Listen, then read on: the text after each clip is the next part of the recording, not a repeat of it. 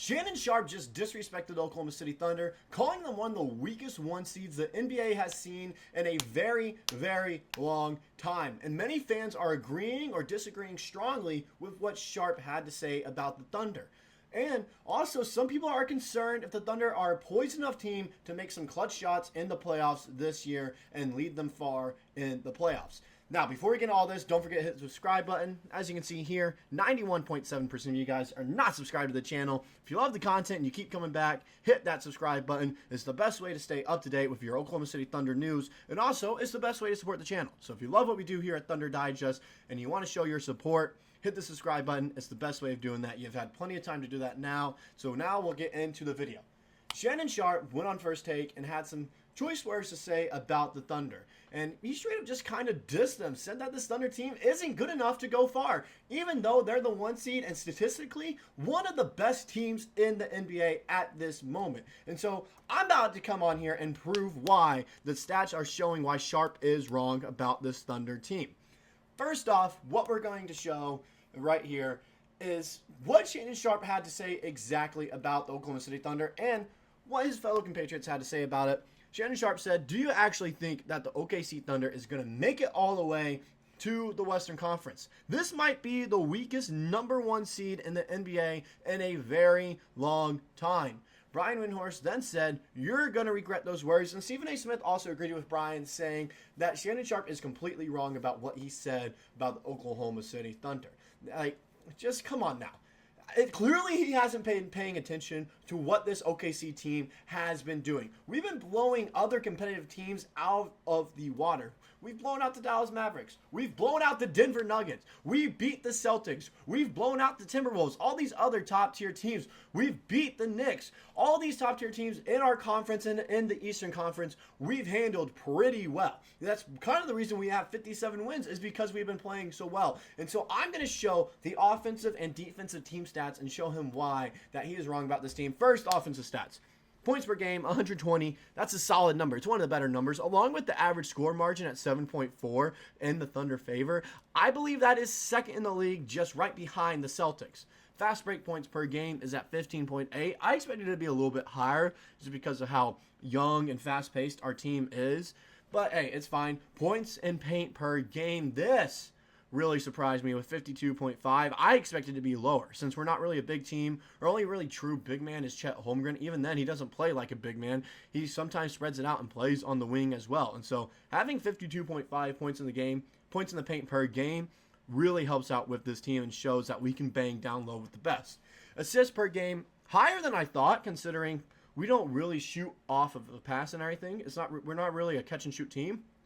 We're more of a put the ball on the floor as soon as you get it and try to make a move to go score. And so the assists per game numbers at 27.1 really surprised me. I expected to be at like 20. And also the total rebounds per game also surprised me at 49.2. Expected it to be a little bit lower as well since we're not really as big. Our field goal numbers are nice though. Our effective field goal percentage at 57.3. We're one of the most efficient shooting teams in the league, and we prove it right there with that number. We only take good shots, and we make sure that we are making our opportunities whenever we can.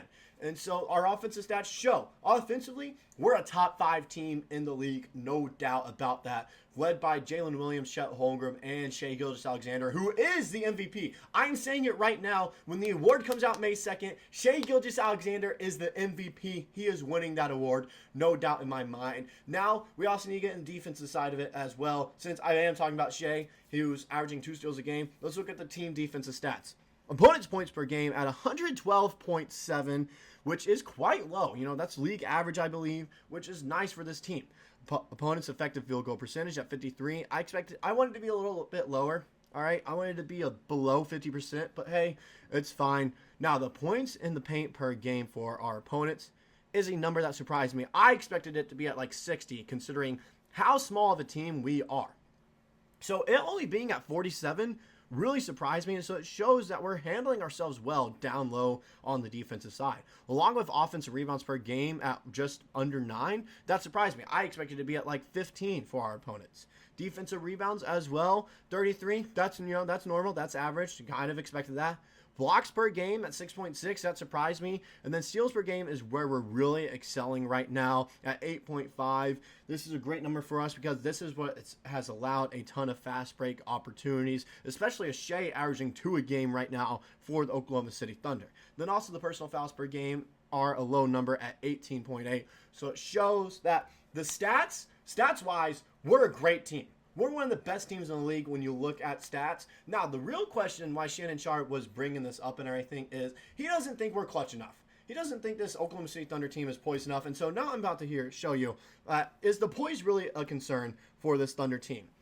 I looked at the stats and everything. I looked at, who the most clutch players were in the NBA. And the Thunder had 3 guys on the top 50 list for clutch points. I didn't look at field goal percentage. I do know Jalen Williams leads in allowed attempts and everything. You have to have a certain number, of late minute buckets and attempts to be considered. I do know he leads the league in clutch field goal percentage. I think Shai is 7th in that as well. And so we're going to go ahead and look at the clutch field goal shooting numbers. First, Shai Gilgeous-Alexander, 7th when you put in the points per game and everything, or points total for clutch shooting. He's at 112 points right now in clutch moments. He's 36 of 62, 58%. When shooting in the clutch, 5 for 14 from 3. That's also a solid number. 35 for 39 from the free throw line as well. So as you can see here, the poise for Shai is there. All right, he's been in these moments before and everything at 25 years old. He's been in those moments, so clearly he knows how to play in the clutch, and he does it well. And so that's number one, all right? We know he's our number one option to go to in the clutch and everything. Everyone knows that. He's the MVP, all right? He's one of the best players in the world, if not the best at the moment. So everyone knows we're going to him. And so it doesn't really surprise me that he's up there with the points and everything. When you look at his shooting numbers and his shooting splits, doesn't really surprise me at all. Now, the more surprising guys that we're going to look at here. Jalen Williams, 27th in the league for clutch points. However, you look at this, 68% from the field when shooting in the clutch. That is an impressive number. Then you look at the three-point shooting. 58%, 7 for 12 from behind the arc when shooting in the clutch. Those are insane numbers for a second-year guy. Those are insane. Some veterans aren't shooting those numbers. Damian Lillard is not shooting 68% from the field. All right, he's not doing that. No, he's not. 19 to 23 from the free throw line as well, so he does well at the line as well. And so it shows that with our top 2 guys, the poise isn't a concern. The poise is not a concern with our top 2 guys. And you go into our third option and everything. What if Shai or J-Dub are having a bad night? What about your third option in Chet Holmgren? Look at this. 40th in the league for clutch points with 64, 52% from the field. Great numbers from him there. And also 41% from behind the arc, 7 of 17, 15 and 21 from the line. Not the greatest free throw shooting numbers there, but it shows that our top 3 guys, we have the poise. We are clutch. This whole concern about this team not being clutch and not being able to shoot in crunch time when it comes playoff time and everything, that's a false narrative. Saying that this team isn't clutch. When you look at it, look at the stats. Jalen Williams is the most, he's the most efficient player when it comes in the clutch at 68%. Shai Gilgeous-Alexander 7th in clutch points and everything, shooting, I believe it was 58% when I pulled it up and everything. Then Chet Holmgren being able to do that. We saw it against the Warriors at the beginning of the season when he made a game-tying three-pointer, then also led us to victory in overtime. So this whole narrative of us not being poised enough, us not being able to make shots in the clutch, it's not true. Whoever came up with that narrative needs to get checked into. All right, he needs to be put in an insane asylum, and he needs to be checked out because this whole narrative was never true to begin with.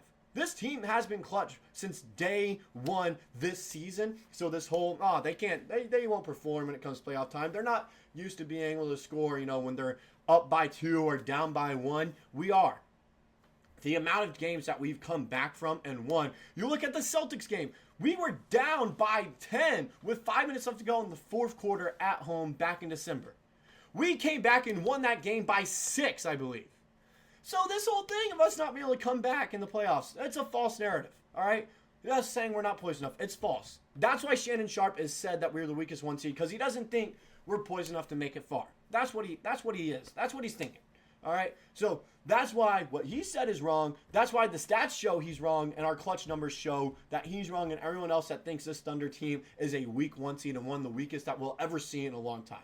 So that's all I got for today's Thunder Digest video. Like I mentioned before, if you stayed this long already, hit the subscribe button, reward yourself and everything. You love the content, keep on coming back.